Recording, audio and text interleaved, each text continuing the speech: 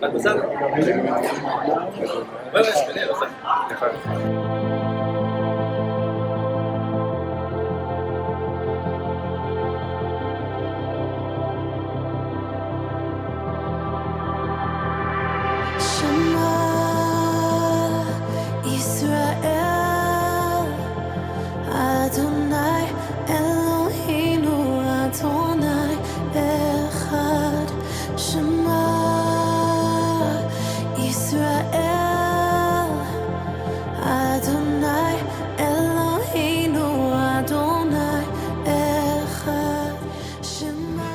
Vous êtes arrivé au QG du Forum des familles des otages et personnes disparues. C'est une organisation issue de la société civile entièrement. Je rappelle toujours à tout le monde que jusqu'au 6 octobre, c'était 247 familles banales, les plus banales, avec des vies comme la vôtre et la mienne, et qui soudain se trouvent catapultées dans une détresse tellement profonde, tellement éprouvante, que vraiment ça met toute la vie dessus-dessous. Je connais des familles qui ont des membres qui ne sont pas sortis de chez elles depuis octobre, incapables de fonctionner. Mais d'autres ont trouvé des forces et du courage absolument incroyables. Et je rencontre tous les jours ici des gens absolument extraordinaires que rien n'a préparé à cette épreuve. Il y a des dizaines de visiteurs par semaine. Je pense qu'à cette semaine, une ancienne ministre de l'Intérieur de Grande-Bretagne, une délégation de députés allemands, des industriels allemands aussi, votre groupe français, disons un peu plus mobilisé. Vous êtes a priori là parce que vous aimez Israël, mais ce n'est pas le cas de tout le monde. כל בית ישראל הנתונים בצרה ובשגרה העומדים בין בים ובין ביבשה.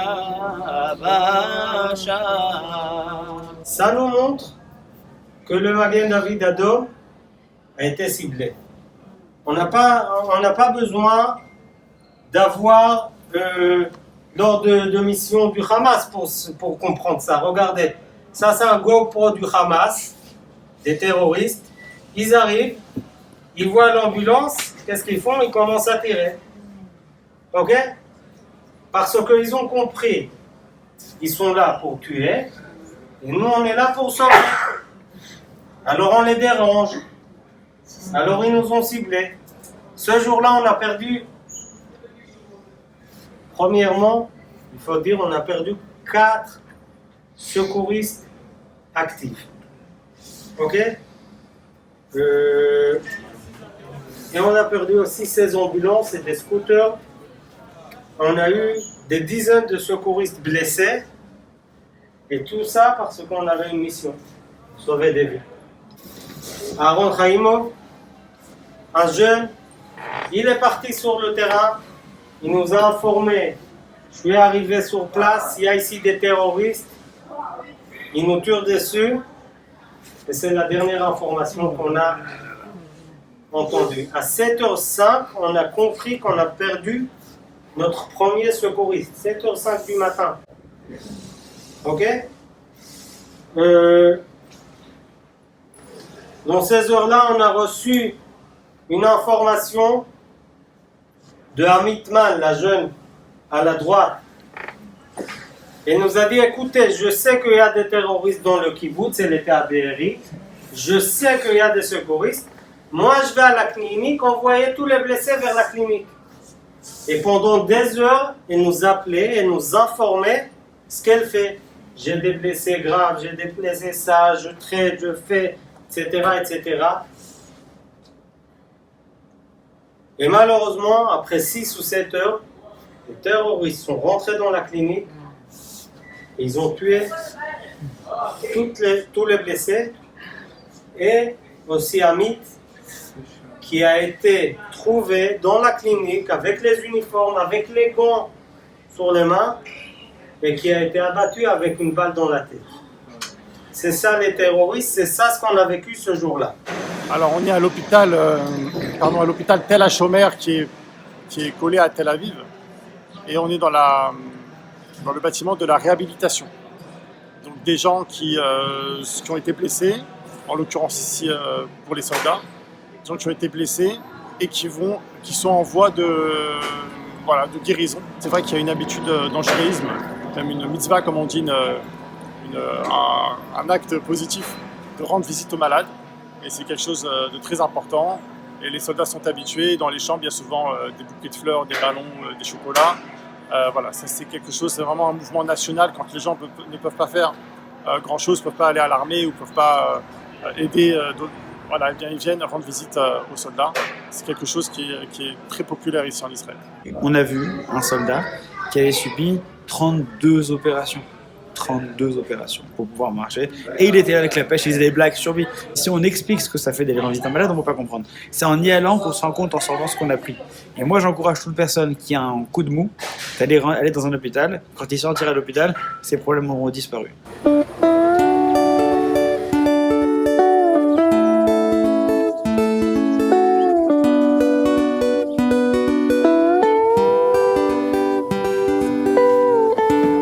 T'étais déjà venu dans un kibbutz? Oui. Ouais, pour Sarah, on vit essentiellement que dans les kibbutz. J'adore l'esprit du kibbutz. Pourquoi? C'est très communautaire, tous les gens sont très ensemble. Ici, on partage, on est très solidaires, très tout ça, c'est pas pareil. Maintenant, je peux pas trop parler, je suis pas israélienne. Mais je m'adapte, je pense que quand on vient là, il faut s'adapter et se fondre dans les mentalités, sans juger, sans rien. Alors, comme vous voyez ici, il y a beaucoup d'agriculture. Au kibbutz Nir Oz aussi, de l'agriculture. Ils ont même un jardin botanique. On va passer devant un endroit, un jardin botanique. Il y a plus de 900 espèces de plantes qui ont été acclimatées là-bas, au kibbutz Nir Oz. C'est des gens, voilà, il y a des projets d'économie d'eau, etc. Des gens qui sont très proches de la nature. On parlait des mouvements de gauche. Le kibbutz Nir Oz, ils amenaient des malades,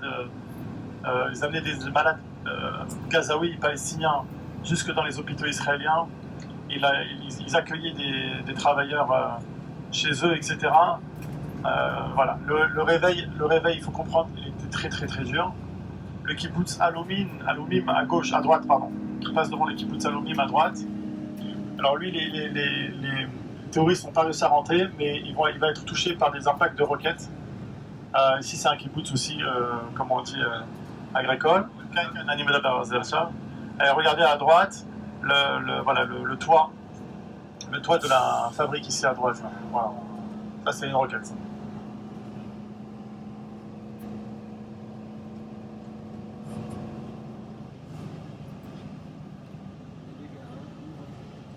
Là, on est à 2 km pour vous situer, on est environ à 2 km de la frontière avec Gaza. Qu'est-ce qu'on fait de cet endroit-là? Il y avait la question. Ils se sont dit qu'ils allaient devoir peut-être les garder pour des preuves, pour faire ici peut-être un endroit. Au début, c'était avant de les jeter, mais ils se sont dit non, ça il faut montrer ça au monde. Il faut que les gens voient ça. Et c'est horrible, hein, c'est-à-dire qu'on voilà. Et en plus, elles sont mises les unes sur les autres. Et celles qui sont derrière, c'est toujours, c'est des mêmes voitures, mais sauf qu'elles ne sont pas brûlées, elles ont tiré dessus. Et les corps dedans ou les corps kidnappés. Regardez à droite.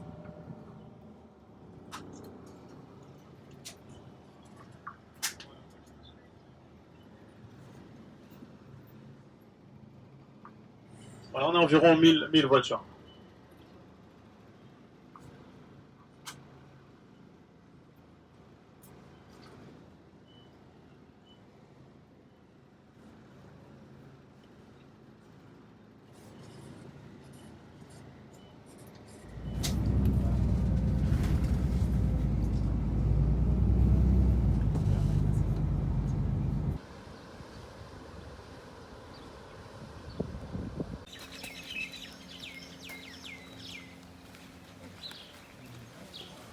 Ici, il y a un couple qui vivait, Yair et Merav.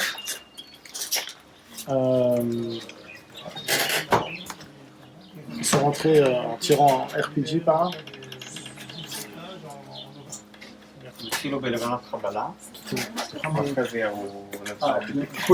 פוצצו קודם את החדר הזה, ואז RPG מתוך הממ"ד. D'abord, ils ont explosé la pièce ici, et ensuite d'ici, ils ont tiré. Pourquoi? Parce qu'au fond, c'est la chambre forte. D'accord? La chambre forte, et on peut voir la porte de la chambre forte là qui a été avec un gros trou dedans. Vous avez la dictionnaire? מה? לא, זה עכשיו לפני, אחרי. פה יש משאלות, ויש פה סיום כתיבת ספר תורה, שניסו לראות כאילו לעזור מבחינה רוחנית לסיפור. Les amis, on est devant la maison des Didas.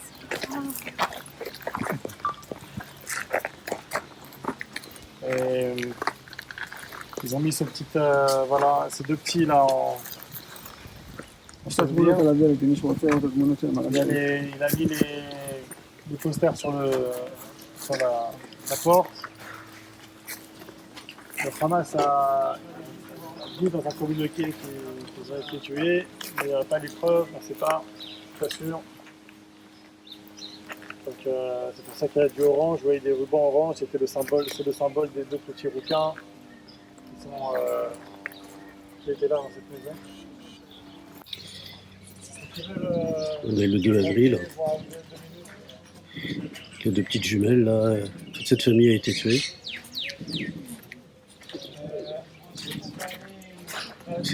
C'est aujourd'hui leur anniversaire. J'ai un père et son fils qui vivaient, c'est sur les photos, le père il est là, ok. Ils ont imprimé ces photos parce qu'ils pensaient qu'ils étaient kidnappés. Et après 3 semaines, ils se sont rendus compte que les corps étaient calcinés dans la maison. Il y avait un couple de personnes âgées qui vivaient, de survivants de la Shoah, 81-86 ans. Ils ont entendu les coups de feu, ils ont entendu partout que ça criait, etc. Ils ont revécu, ils se sont dit, il faut se cacher. Ils sont sortis de la maison, ils ont compris que les terroristes sont entrés dans la maison. Ils se sont cachés dans les buissons là. Et ils ont été avec eux, ils les ont pas trouvés. J'ai jamais été dans une truc comme ça. J'ai tout vu. J'ai vu des attentats, j'ai tout vu. Mais cet événement-là du 7 octobre, c'est la première fois. Quand je vois des enfants qui sont attachés, brûlés devant leurs parents, et les parents ils sont fusillés, ça veut dire qu'il y a dû manger de la nourriture sur la table. Vraiment. Et c'est pas que une autre scène aussi des enfants attachés. Dans un mamad que je suis rentré, je n'ai jamais oublié cette photo. J'ai vu au début un grand truc comme ça, noir, c'était tout noir, il n'y avait pas de truc. Je rentre dans le mamad, un grand truc noir comme ça, et je m'approche. J'ai pas compris au début c'est quoi, mais après quand on a commencé à travailler, c'est 2 enfants qui étaient attrapés au père sur les deux jambes. 2 enfants petits, ça veut dire qu'ils étaient serrés, mais ils étaient tous brûlés. Ça veut dire qu'il fallait les détacher et les mettre chacun dans son sachet. Alors nous, ce qu'on fait dans Zaka,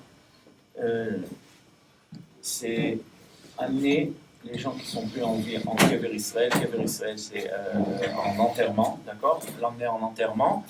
Mais c'est tellement important qu'il faut comprendre que même le sang, il faut l'enterrer. Ça veut dire qu'on vient sur les salles d'attentats, d'accidents, ou chaque endroit où il y a quelqu'un qui est mort au dehors de l'hôpital, on vient et on ramasse tout. Si c'est des morceaux, si c'est du sang, vraiment, des fois, c'est des heures à récolter tout ce qui appartient à la personne pour l'amener au Kever Israël. On a commencé à rentrer, à nettoyer les maisons.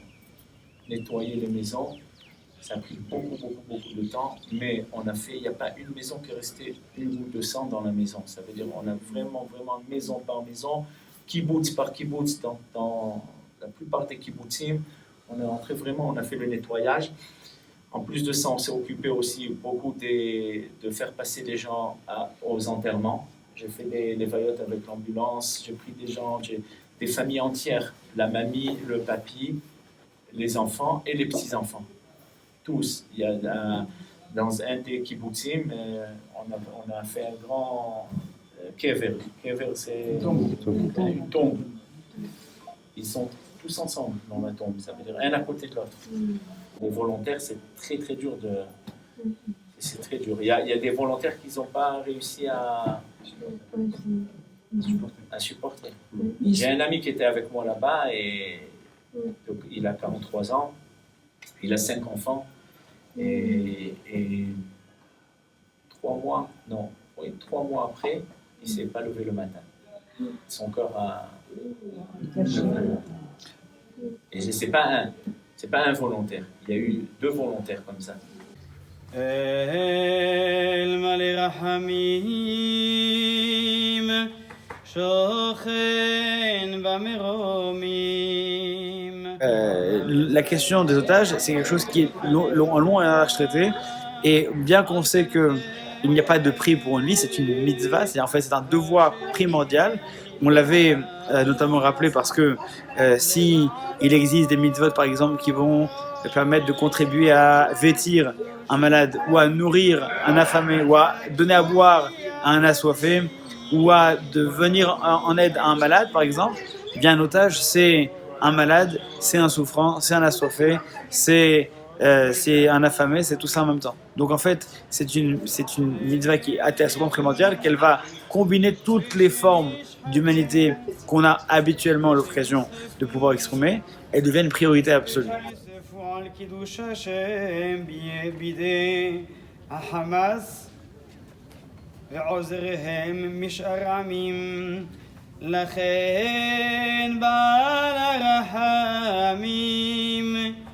יסתירם בשדה כנפיו לעולמים ויצרור בצרור החיים את נשמותיהם אדוני הוא נחלתם בגן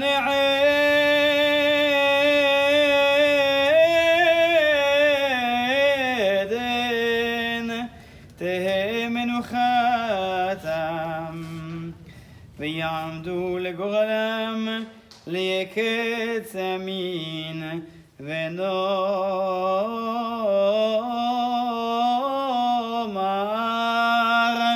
אמן.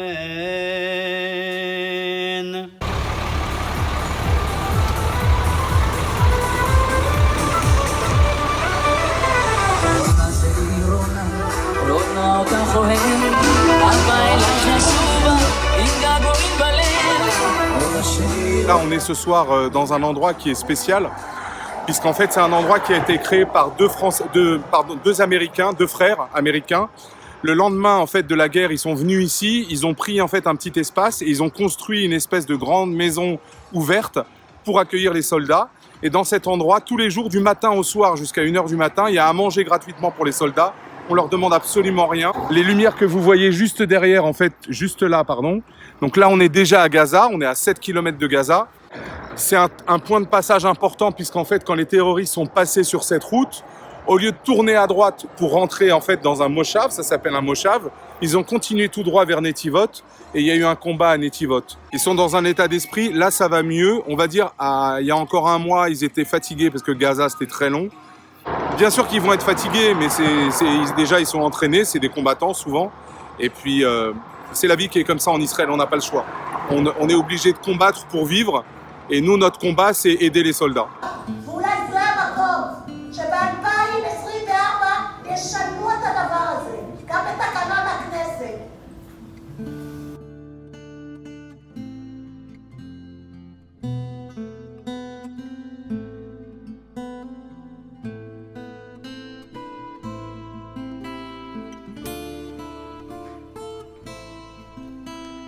Valentin, il a grandi à Montpellier toute sa vie avec sa mère Geneviève, son père Michel et sa grande sœur de 25 ans Chloé.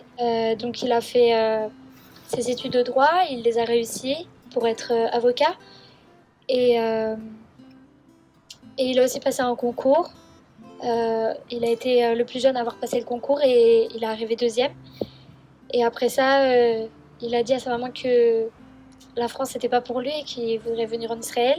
Toutes les personnes qui sont tombées ici sont les héros d'Israël. On n'est pas là pour rappeler leur mort, mais on est là pour rappeler ce qu'ils nous ont appris durant leur vie. Valentin, il a été très ému. Il a trouvé cet endroit incroyable, super beau, et il s'est effondré en larmes. Et il a regardé le Rafizon et il lui a dit je vais faire la même chose. Je vais venir ici et je vais faire comme eux. Je vais venir défendre la terre d'Israël et protéger tous les citoyens. Et si je dois mourir pour le pays, je vais être enterré ici. Ça serait mon rêve.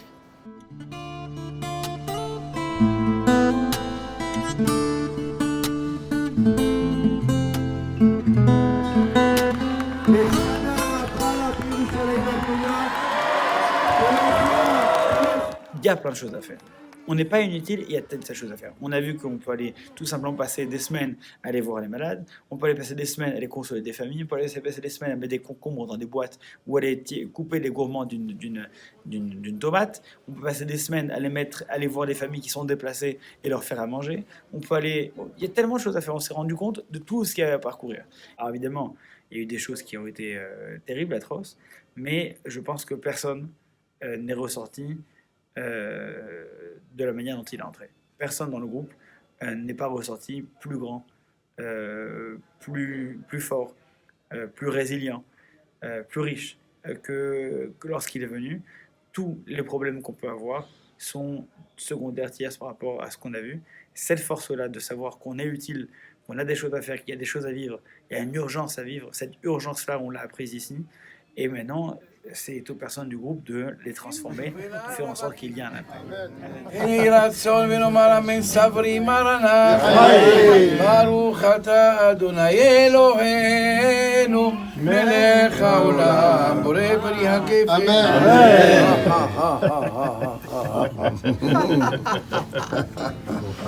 ברוך אתה אדוני אלוהינו מלך העולם בורא הספק זמין. אמן.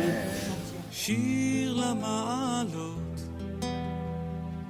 אשא עיניי אל ההרים, מאין יבוא עזרי, עזרי מעם השם, עושה שמיים וארץ, אל ייתן למות רגליך.